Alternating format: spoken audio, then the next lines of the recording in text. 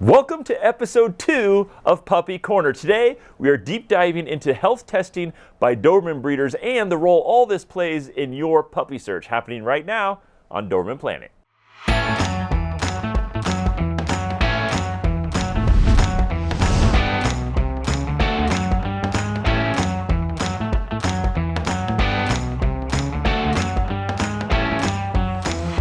In the last episode, episode 1, we talked a lot about why health testing is so important and what the breeder's responsibilities are in terms of that health testing and providing proof of that to you, the puppy buyer. But in today's episode, we're going to talk about what the most common health tests are that are done on either the parents before breeding or the litter themselves. And perhaps most importantly, we're going to talk about what you should look for as a puppy buyer and which results of these health tests you should consider kind of being okay with a less than perfect result, because to be frank, there's no such thing as a perfect puppy. Real quick before we jump into this, guys, if you're new to Puppy Corner, this is a small series here at Doberman Planet produced in collaboration with the Doberman Diversity Project, where we kind of nerd out a little bit and deep dive into the health of the Doberman breed from a perspective that is meant to help the new puppy buyer in their puppy search. This is information that's just never been out there before on the web that I think is incredibly important to helping you find your next happy and, importantly, of course, healthy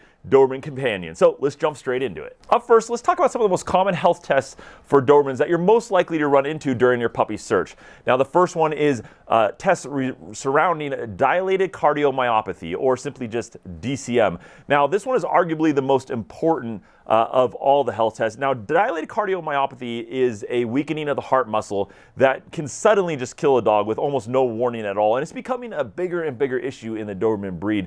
One recent study in 2010 showed that over 58% of European Dobermans will be affected by DCM at some point during your lifetime. So it's certainly becoming an incredibly serious issue.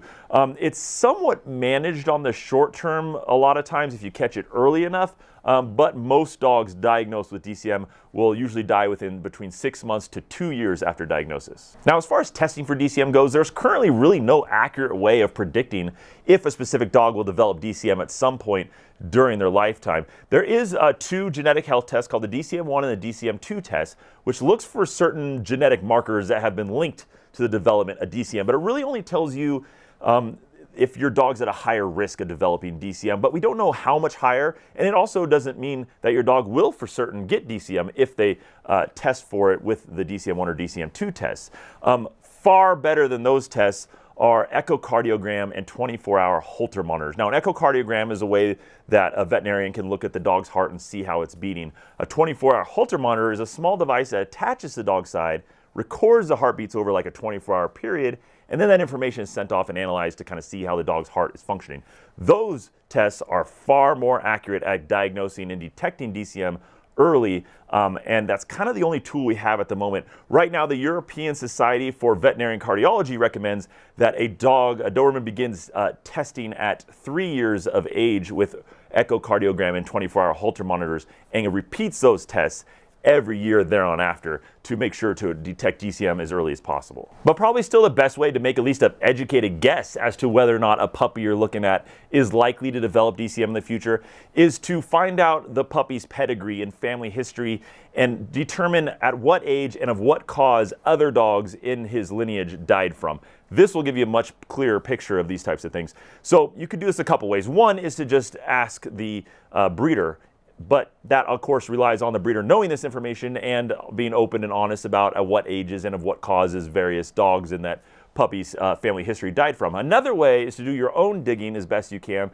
through some of the databases that are available online. With your dog's pedigree in hand, you can go over some of the databases like dobquest.org, doberbase.ru, or dobermanpedigrees.nl, Doberman with 2 N's, and input some of the information there and try to see what kind of info you can come up with about that dog's lineage and what the dog's died from. There's no perfect way of determining how likely DCM is to show up, but these are some of the best tools we have right now. Now, another common health test you're likely to run into is a coefficient of inbreeding, or COI number test. Now, this is a genetic test that's done on the dog, and you get a certain percentile, a number. And that number correlates to generally how genetically inbred that dog is. Now, all purebred dogs are inbred to some extent. We know that. But the more inbred that the dog is, the more likely they are to suffer from certain genetic health conditions and to have a shorter lifespan. So remember, the lower the COI number is, the better for a result. Now, the average COI for a Doberman is a little bit higher than other purebred dogs because the Doberman's a little bit more inbred than other dogs. The average is about 40% for a Doberman. So if you test your dog through Embark or some other test and you find out they have a 40% COI, that means that they're about average for the Doberman breed, roughly.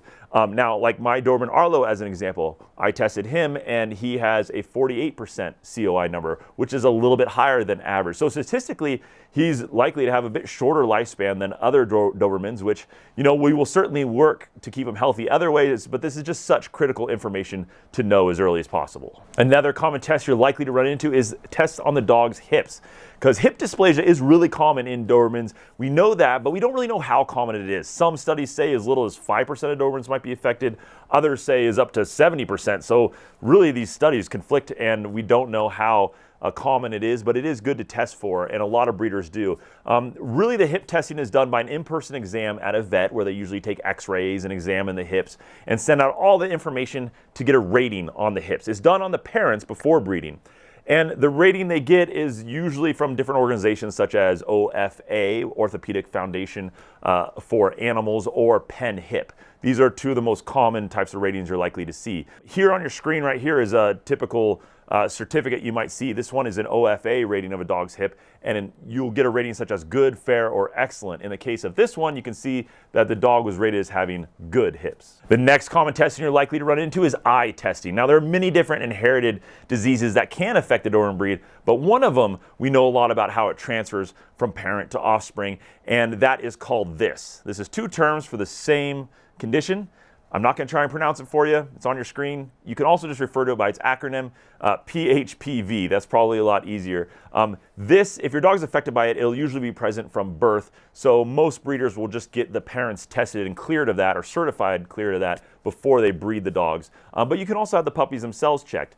To get checked, the dog usually goes and sees a veterinarian who collects all the information, examines the eyes, sends it off to a veterinarian ophthalmologist, who then certifies the dog with an OFAI rating. Now, the last test that you're most likely to run into from a Doberman breeder is tests involving the liver, kidney, and thyroid. Now, this is usually just done with a yearly blood work test, most likely on just the parents before they're bred. And most veterinarians call this either a adult panel or a senior wellness panel blood test.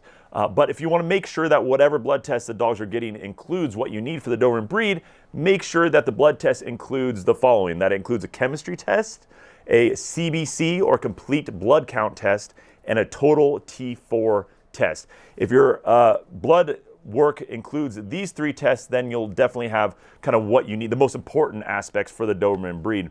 But remember, these results can change as the dog ages. So the more recent of a blood test the dogs have prior to breeding and making the litter that you're considering buying a puppy from, the more accurate it is. So you're definitely going to want a recent test. Okay, so now we know the most common test results that you're most likely to get from a breeder during your puppy search.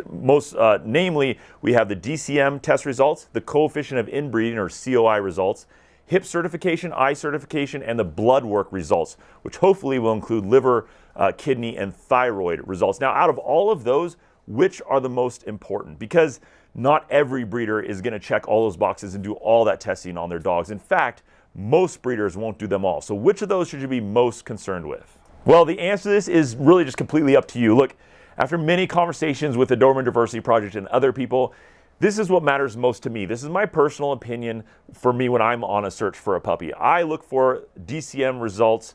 That's one of the most important to me, followed by the coefficient of inbreeding. Those two are probably the most important health test results that I'm looking for. Also, though, behavior and temperament is really going to matter in there as well. That's going to be very high up the list. Now, of course, other things matter. Thyroid, hips, definitely liver function. I lost my first Doberman Cooper to a liver issue, hepatitis. So that's going to be pretty important to me personally to look for. But I think DCM and coefficient of inbreeding are going to be right up there with the behavior and temperament of the dog. Those are going to be very important for me personally when I'm on my puppy search. You just got to decide what is the priority for you during your puppy search. You can't have it all. So you're going to have to decide which ones are most important. As an example, guys, let's say you're looking for a sporting dog and you want to enter a lot of AKC events with your Doberman. Well, then you're probably more concerned with some of the physical health aspects like DCM in the dog, or the hips, the condition of the hips of the dog, and the behavior and temperament and the drive of the dog. Those are probably some of the most important things for you during your puppy search. But maybe the average household is just looking for a pet Doberman and wants a calmer, more mellow dog that doesn't need to be super athletic. Then maybe you're okay with less than perfect hips as long as they score a little bit better on some of these other results. Maybe you're okay with DCM as a real possibility if you catch it, let's say, early enough when the dog's later on in life, and you can manage it well with 2 to 3 years of extra life after diagnosis being well managed. Would that be acceptable? These are really hard things to think about, guys, but it's stuff that you have to consider when you're going through this puppy search, because really you can't have it all. No puppy is perfect. And if you hold out waiting for the perfect puppy on paper, you'll probably never find one. And even if you do, you still might be disappointed. So that brings me to a really intriguing question, guys. Probably the most important question in this video. Which bad health test results should you be willing to accept? Because you're almost certainly going to have to accept something less than perfect during your puppy search. You know, I really think it goes back to what you're looking for. For me personally, here's my take on it. I would much prefer a Doberman with a bad result on the DCM1 and DCM2 genetic tests, but who has a long family history of living to a ripe old age and a low coefficient of inbreeding, over a dog that maybe, let's say, was clear DCM1 and DCM2, but their family history has a bunch of early deaths at a young age. I would much prefer the one with the bad test results in that sense, especially because a lot of these test results just give us looks into the possible risk factors and it doesn't tell you for sure if the dog's going to develop a certain condition. I think looking at the longevity of a dog's family history is the most telling aspect out of any of these health tests for me personally. It gives you great broad overview of the genetics and the health of that specific dog.